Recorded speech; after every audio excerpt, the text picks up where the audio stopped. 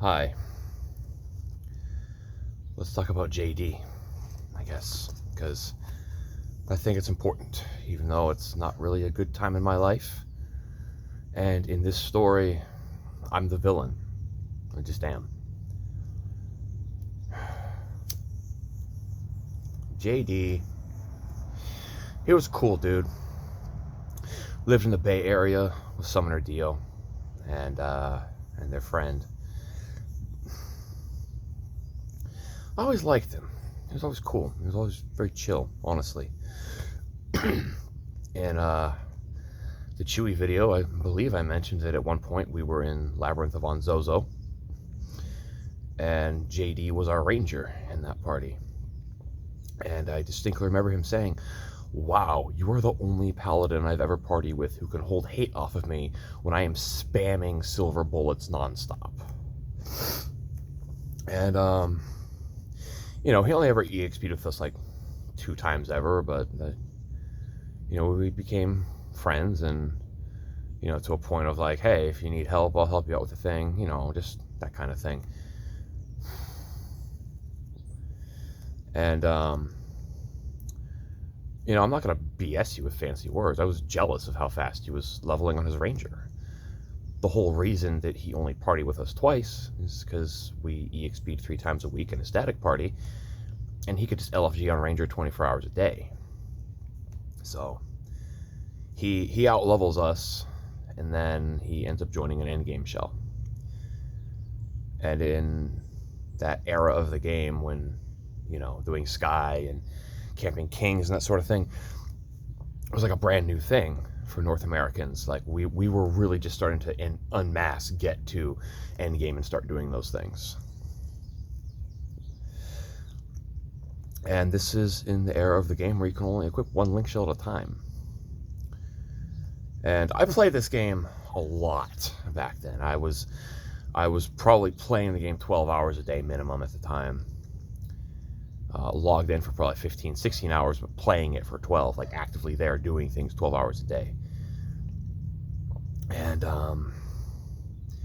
in the early hours, it was usually just me. There was literally nobody else logged in.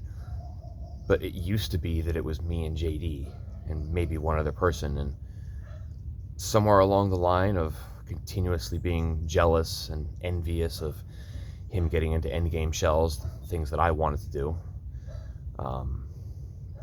just one morning, after I hadn't seen him in Solaris for like a week, he pops in and he's like, "Oh, hey Val, how you doing?" And I didn't hold my tongue. I just responded with bitterness and jealousy, and I told him, "I'm surprised you're even here. I'm surprised you actually took your endgame pearl off that you care so much about." And he was just like, whoa, what's with the hostility, man? And I was just like, I was like, dude, you shouldn't even be here anymore. You don't belong here. I don't even know. I was in a really angry mood that was not justified. And for some reason, I just wanted to hurt someone that I was close to because of jealousy and envy and that sort of thing. And that is one of the few, partial regrets that I have. I do regret saying those things. I had no right to say those things, and I still feel bad that I hurt his feelings. Because he actually just said, "You know what, fine, you're right, I'm out." He dropped his Solaris Pearl. The thing that hurts me, though, is that he was still talking to everyone else, on the RPG fan message boards and talking to people in game. And I think even once during a Hakutaku run, he showed up, but he just wouldn't talk to me. He didn't blacklist me. He just wouldn't respond to me, which actually made it hurt a lot more.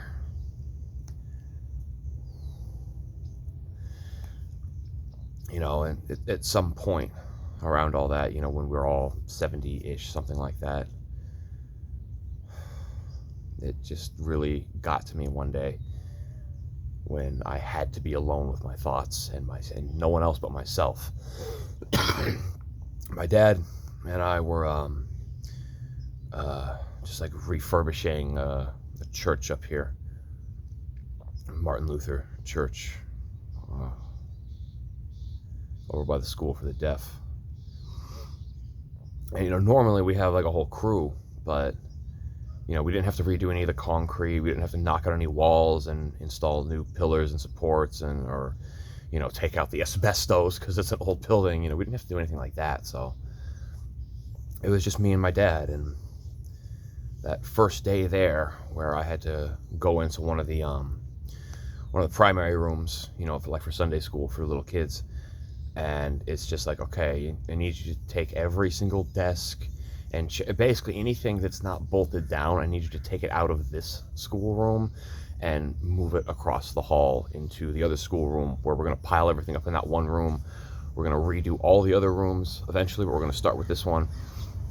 And then the one where we piled everything into, we're going to take everything out of those, and we're going to redo that room last. It was going to take about a week to just for me to move all the stuff out of the way, and for us to go in there and get some new pipes in under the sinks because they were getting nasty. Just things that needed to be redone. So my dad was going to do some countertops, and we were going to put some new doors in there. But it's just clean everything out, just in case we need to go up into the ceiling, and in case I have to call the electrician, just have everything out of the way so we can just get all this done. And for that week that I was in that church, I had to face myself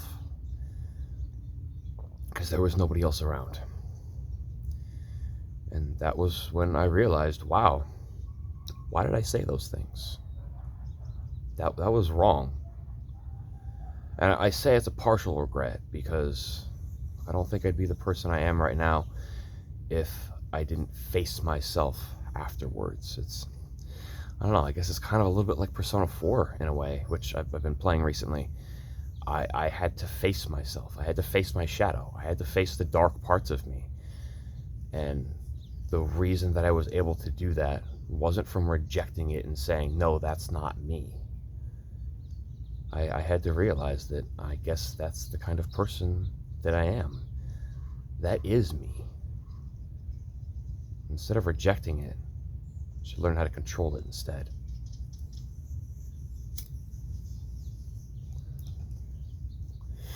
Everyone's got two sides to them. Some people got more than that.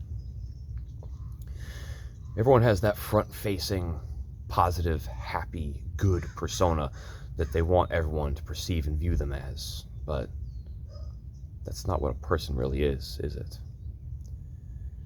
Nonetheless, eventually everyone is going to screw up.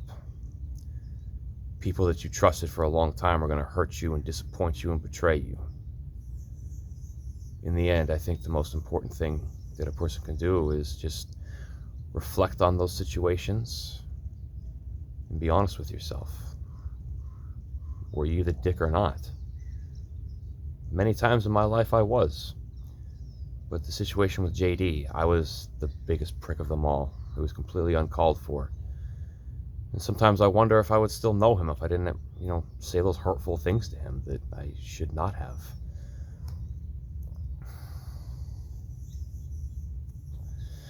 But I guess that, my point is that I have always had a hard time biting my tongue.